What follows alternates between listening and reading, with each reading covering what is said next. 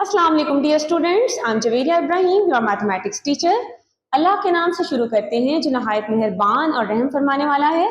Let's continue unit number 3, variations. Students, दो तरह की वेरिएशंस होती हैं, direct variation and inverse variation. अब इसको देखकर आपने घबरा नहीं जाना, ये बहुत आसान सी बातें हैं। If two quantities are related in such a way, अगर दो क्वांटिटीज इस तरह से रिलेटेड हैं कि that increase decrease in one quantity causes increase decrease in other quantity, यानी एक क्वांटिटी के इंक्रीज करने से दूसरी भी इंक्रीज कर जाए, एक के डिक्रीज करने से दूसरी भी डिक्रीज कर जाए, तो इस तरह के वेरिएशन को हम कहते हैं डायरेक्ट वेरिएशन। सिंबॉलिकली लिखते हैं इस तरह से, y is directly proportional to x। Proportionality का साइन खत्म करते हैं तो y इक्वल्स टू kx लिखते हैं, where k is not equal to 0।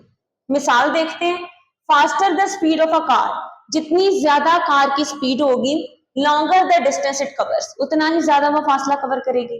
इसी तरह से अगर कम स्पीड होगी तो कम फासला कवर करेगी।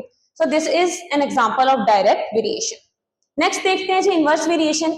If two quantities are related in such a way that, अब दो क्वांटिटीज किस तरह से रिलेटेड हैं, that when one quantity increases the other decreases, यानी एक के इंक्रीज करने से दूसरी डिक्रीज कर जाए या एक के डिक्रीज करने से दूसरी इंक्रीज कर जाए। ठीक है, तो ऐसे वेरिएशन को कहते हैं इनवर्स वेरिएशन, और इसको मैथमेटिकली लिखते हैं इस तरह से, y is inversely proportional to x।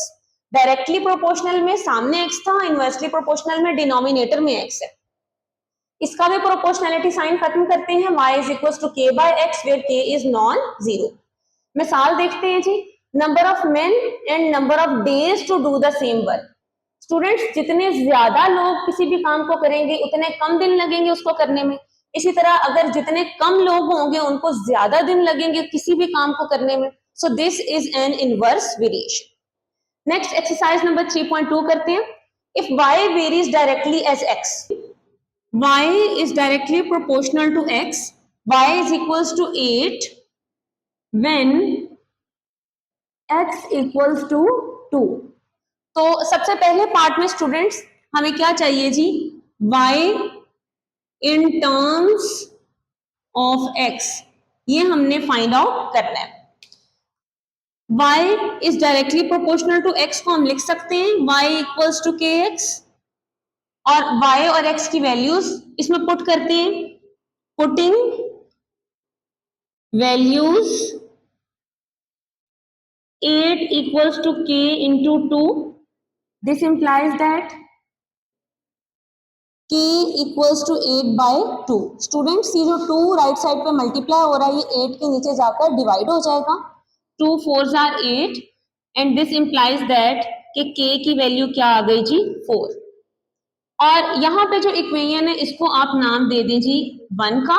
ठीक है, अब इस k की वैल्यू को इसमें पुट करें, put in 1, so y is equals to 4x। इस इक्वेशन को नाम दे दें जी 2 का। ठीक है, अब y in terms of x यहाँ पर हमारे पास आ गया। ठीक है, नेक्स्ट देखते हैं जी स्टूडेंट्स, सेकंड पार्ट में हमें क्या चाहिए, y when x is equals to 5। y when x is equals to 5 के लिए हम सेकंड इक्वेशन लेंगे जी, फ्रॉम 2 y किसके बराबर था जी, 4x के। अब x की वैल्यू 5 हम इसमें पुट कर देंगे, 4 into 5, और y की वैल्यू आ गई जी 20।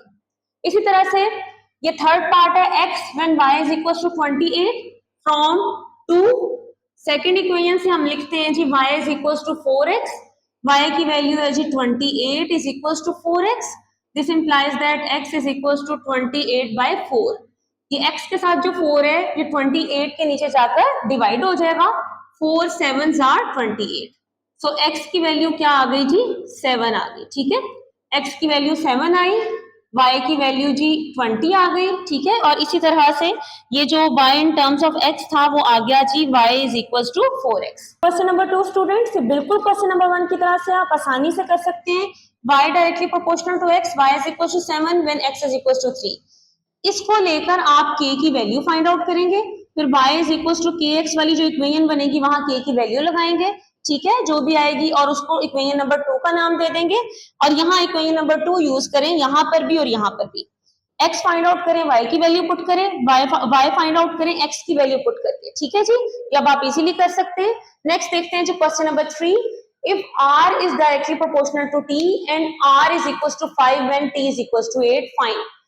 बेटा उसी तरह का काम है, r directly proportional to t, proportionality का साइन खत्म कर दें जी, r is equals to k t, r and t की वैल्यूज पुट कर देते हैं जी, पुटिंग वैल्यूज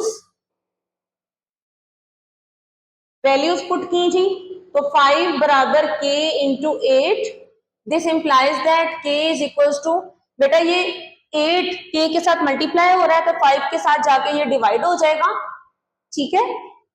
इसको इक्वेशन नंबर 1 का नाम दें तो 1 बिकम्स 1 हो जाएगी जी, r इक्वल्स टू 5/8t, इसको हम नाम दे देते हैं जी 2 का।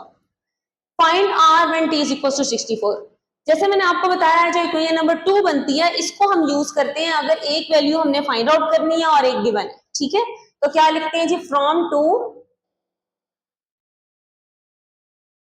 क्या है जी, r is equals to 5/8t, यहां पर t की वैल्यू लगा लेते हैं, ठीक है। r is equals to 5/8 into 64, 8 8s are 64 and this implies that r की वैल्यू आ गई जी 40, 8 5s are 40।